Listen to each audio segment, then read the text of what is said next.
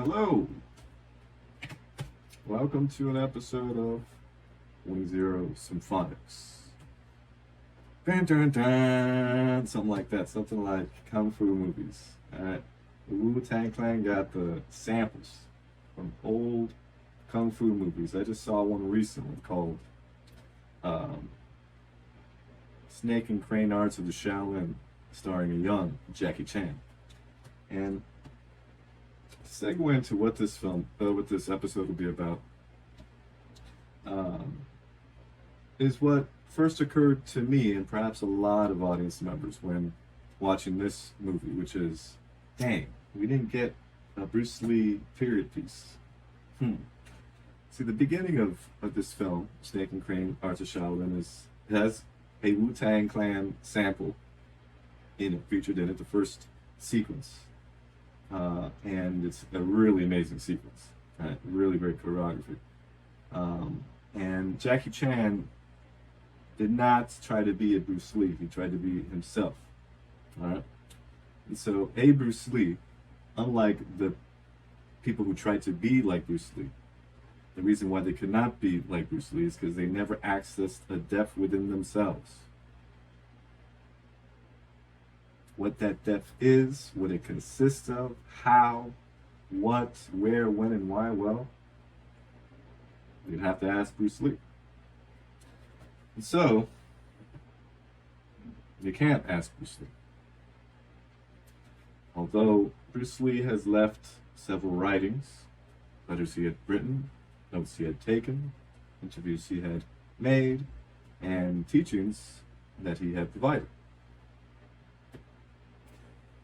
And much like the premise of Metal Gear Solid, which is it's like a kung fu, right? Military drama, anime comedy, all rolled into one, and amongst various degrees of different sorts of influences. It's hard to pinpoint what the draw for Metal Gear Solid is, and it's easy to fall into the same trap that the characters within the game and human beings outside of the game, all right, fall into, which in itself is a game. Let's say if a game contains traps, then a lot of people this is a hard game. This is a really hard game, right? They don't want to play this game, right? About accessing that depth. What if accessing the depth solves for the game? But to access that depth, you have to play the game. And smart people know before entering a game that has certain traps, maybe you don't want to get involved in this game. All right? So, and that's respectable. That's understandable. That's, well, commonplace. That's the vast majority of people. But some people want to enter that dragon. All right, and so we come upon the premise of Metal Gear Solid. In a world where information control to create for a facade of peace versus coming upon unconditional freedom through violence, what is one to do? How to resolve for that conflict, right? Simple. Boom. And each side says that it's the correct side. Each side says it's the justified side. Each side has a point it's going to get across.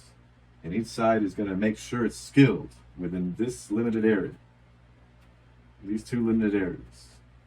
And both sides are limited. Both sides create more problems than it solves. And yet, to remove oneself from that status quo is seemingly impossible because of the continuous interplay, the reactionary approach, the revolutionary approach that ends right back into the same pattern. World War, we had World War One. And we had a sequel, World War II.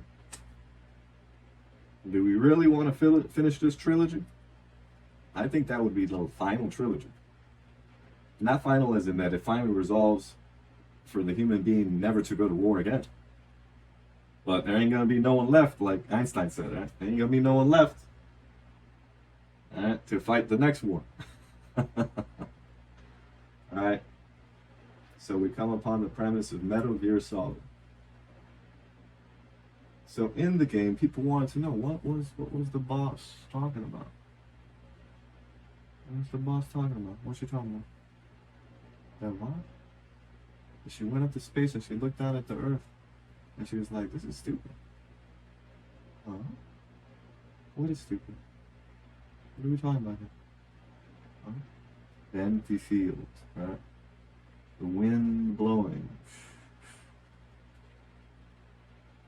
Well, it must mean she wants to control the flow of information in order to create a facade of peace. All right? No. Or it must mean that for peace to be had and for the paradigm of the world to fall apart, violence must be part of this equation. All right? And neither side will change their minds. Okay? Now,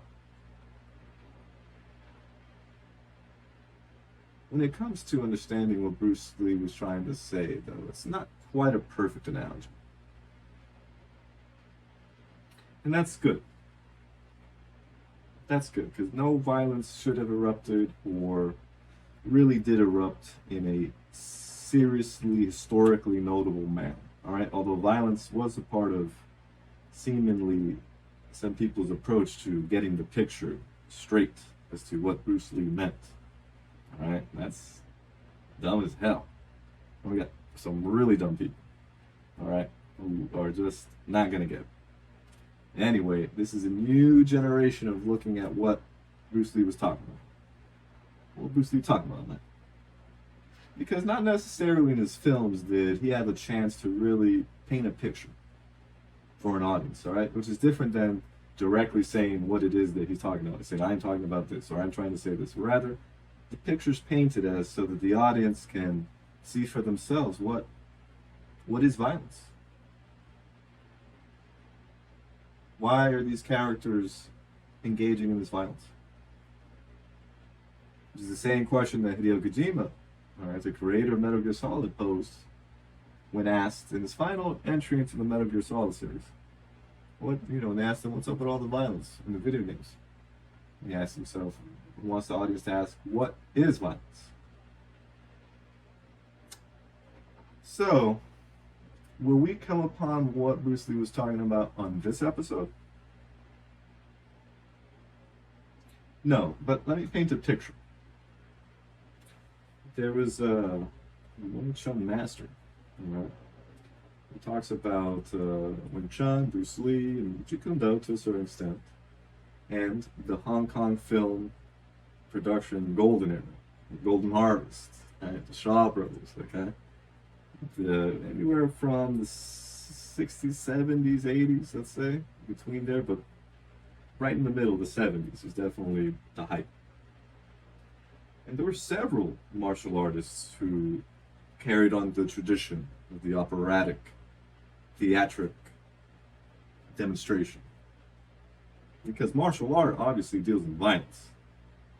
And they can't really go and commit violence and say, look, this wasn't a masterful art piece. No.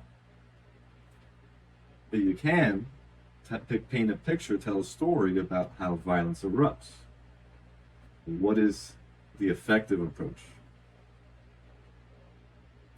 And so that's pretty cool. And so certainly these actors and martial artists demonstrate both physical skill and acting skill. But certainly Bruce Lee was a towering figure over the series of events that unfolded throughout that period of time, certainly. And even when we look into the films themselves, figuring for a character like Bruce Lee is something that is unprecedented, someone that is powerful, right? Something that is something different, question mark, right? You play a video game, there's a new character. There's a roster of characters in a video game, in a fighting video game. You unlock a new character and it has a question mark. something like that. And so, you know, it's Christmas Day. Not everyone celebrates Christmas, particularly of those of the Asiatic cultures and Eastern cultures. And so today is not Christmas with Bruce Lee. It's just another day. What would another day with Bruce Lee consist of? A little philosophizing, a little training, a little movie going. I'm going to see Sonic the Hedgehog 3. It's Shadow the Hedgehog. Hmm. Some good eating, perhaps. And people enjoying the gifts that I mean, yeah, just listen, another day. And so, until next time.